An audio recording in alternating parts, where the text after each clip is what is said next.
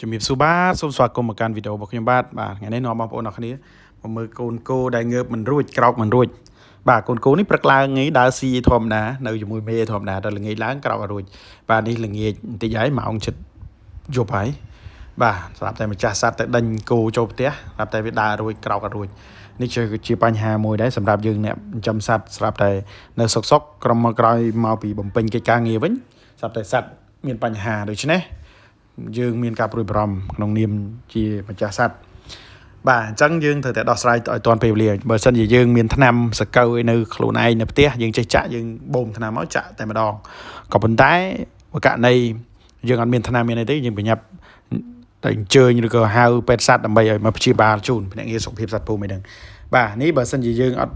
ដឹងទាន់ពេលវេលាទេអាចដល់យប់ឬក៏យប់ជ្រៅវាអាចធ្វើឲ្យសត្វហ្នឹងបាត់បង់ជីវិតផងដែរដូច្នេះសម្រាប់ពុកម៉ែមីងបងប្អូនអរគ្នាជាអ្នកចិញ្ចឹមសត្វគួរតែយកចិត្តទុកដាក់តាមដានពីសុខភាពសត្វផងដែរមុននឹងយើងដឹកយកទៅចងក៏ដូចជាពេលថ្ងៃពេលយប់ឬក៏ពេលប្រឡប់អីយើងត្រូវមើលព្រោះជំងឺខ្លះវាស្រួចស្រាវវាបង្កើតឡើងតែ2ទៅ3ម៉ោងទេអាចវាបាត់បង់អាយុជីវិតជំងឺខ្លះវាអាចមានទុកពេលឲ្យយើងមើលរហូត2ទៅ3ថ្ងៃអញ្ចឹងវាតាមប្រភេទជំងឺផងដែរមួយវិញទៀតនៅពេលបច្ចុប្បន្ននេះគឺខែវស្សាគឺរដូវធ្លាក់ភ្លៀងការ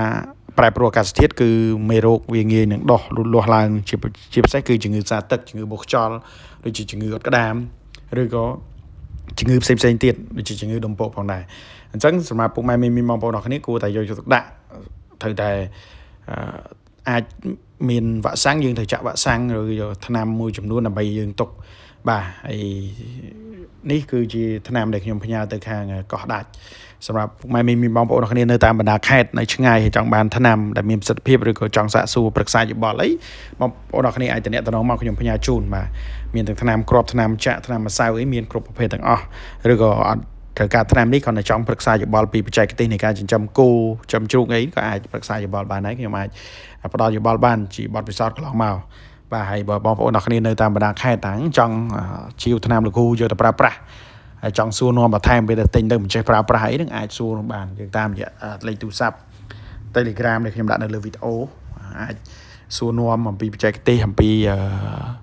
ធីសាស្ត្រឬក៏ការពារឬក៏យើងត្រៀមខ្លួនហើយសម្រាប់បច្ចុប្បន្នគោក៏វាមានតម្លៃថ្លៃផងដែរហើយគោមួយតម្លៃ3-4 លានឬក៏6 លានអីនោះបើមិនជាយើងមើលអត់ទាន់វាអាចធ្វើយើងខាត់បងថវិកាច្រើននឹងពេលវេលាផងដែរហើយវ៉ាក់សាំងក៏មានដែរបើបងប្អូនអរគ្នាត្រូវការប្រភេទវ៉ាក់សាំងដំពកសាទឹកបោកខ្យល់អីអត់ក្តាមអីគឺមានបាទ